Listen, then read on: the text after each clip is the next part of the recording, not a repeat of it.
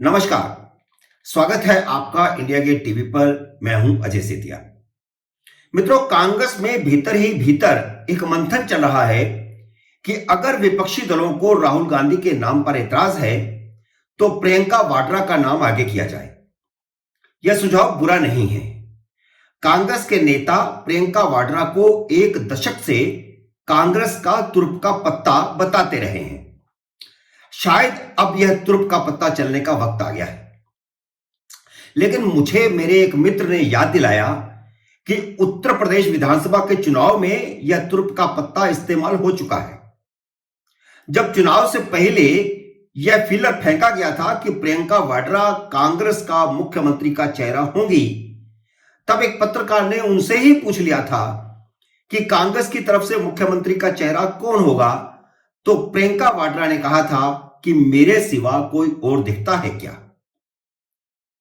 वैसे तो वह सच बोली कि कांग्रेस में और कोई दिखता ही नहीं है, लेकिन यह खुद उनकी तरफ से जनता में फेंका गया फिलर था।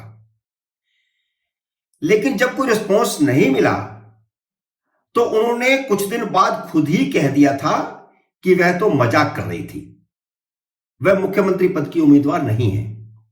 तो यह तुर्प का पत्ता चला जा चुका है। सिर्फ शक्ल इंदिरा गांधी के साथ मिलने से कोई इंदिरा गांधी नहीं हो जाता। वैसे अब तो शक्ल भी इंदिरा गांधी से नहीं मिलती। मित्रों, मैं आज प्रियंका वाड्रा की चर्चा इसलिए कर रहा हूं क्योंकि उन्होंने प्रधानमंत्री नरेंद्र मोदी के इस बयान की खिल्ली उड़ाई है कि कांग्रेस उन्हें गालियां निकालती है और किसी ने उन्हें दी गई 91 गालियों की सूची थमाई है। कांग्रेस नरेंद्र मोदी को निकाली गई गालियों से निकलने वाले सबक से कुछ नहीं सीख रही। हर चुनाव में नई गाली निकालती है। वह गालियां निकालनी बंद नहीं कर रही। हालांकि कई बार झेप मिटाने के लिए कह देती है कि उसने ऐसा नहीं कहा था। जैसे अभी नरेंद्र मोदी को जहरीला सांप कहने के बाद कांग्रेस अध्यक्ष मल्लिकार्जुन खड़गे ने सफाई दी है कि उन्होंने भाजपा को जहरीला सांप कहा था, मोदी को नहीं कहा। जबकि भाषण में उन्होंने साफ साफ मोदी को जहरीला सांप कहा था। लेकिन अब प्रियंका वाड्रा ने सार्वजनिक तौर पर ऐलान कर दिया है कि कांग्रेस नरेंद्र मोदी को गालियां निकालना बंद नहीं करेगी, अपशब्द बोलना बंद नहीं करेगी। कर्नाटक में एक जनसभा को संबोधित करते हुए उन्होंने कहा कि नरेंद्र मोदी 91 गालियों की लिस्ट लिए घूम रहे हैं, जबकि सार्वजनिक जीवन में गालियां खाने की हिम्मत रखनी चाहिए। इतना ही नहीं, आगे उन्होंने कहा कि नरेंद्र मोदी मेरे भाई से कुछ सीखें, जो 10 साल से सारे देश से गालियां खा रहा है, लेकिन अभी भी राजनीति में डटा हुआ है। अब वह अपने भाई की हिम्मत की दाद दे रही थी या उनकी भी खिल्ली उड़ा रही थी, यह मुझे समझ नहीं आया। आपको समझ आया हो तो कमेंट बॉक्स में जरूर लिखें। अपने भाई की तारीफ करते हुए उन्होंने कहा कि मेरा भाई देश की खातिर गोली खाने को तैयार है।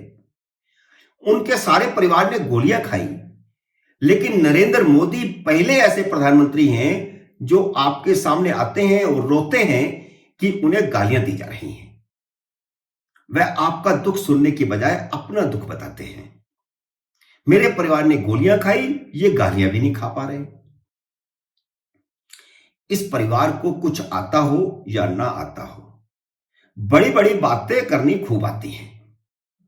दोनों भाई बहन में कहीं कोई राजनीतिक मैच्योरिटी नहीं दिखती। कब तक नेहरू और इंदिरा की कमाई खाते रहेंगे? राजीव गांधी ने भी इंदिरा की शहादत पर 414 सीटें जीती थी, जबकि 89 में इनमें से 217 सीटें हार गए थे। कांग्रेस ने 1991 में राजीव गांधी की शहादत के कारण ही फिर से 244 सीटें जीत पाई। लोगों की सहानुभूति के आधार पर चुनाव जीतकर सरकार बनाने वाली पार्टी 1980 के बाद कभी अपनी परफॉर्मेंस के आधार पर चुनाव नहीं जीत पाई है। पिछले 2 चुनावों में सदन की 10% सीटें भी नहीं जीत पाई है। फिर भी घमंड इतना कि जिसे देश ने 2-2 बार स्पष्ट बहुमत दिया, उसे जहरीला सांप कहने को उचित ठहराया जा रहा है। प्रियंका गांधी ने यह कहकर के उचित ही तो ठहराया कि गालियां खाने की भी हिम्मत नहीं है। हम प्रियंका वाड्रा का राजनीतिक ज्ञान बाखूबी जानते हैं।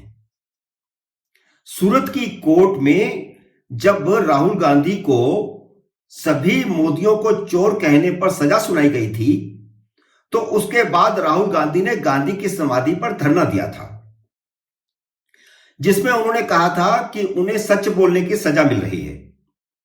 यानी कोर्ट के फैसले के बाद भी वे ताल ठोक कर कह रहे हैं कि सभी मोदियों को चोर कहकर उन्होंने सच बोला था और वह इस सच को हमेशा दोहराते रहेंगे।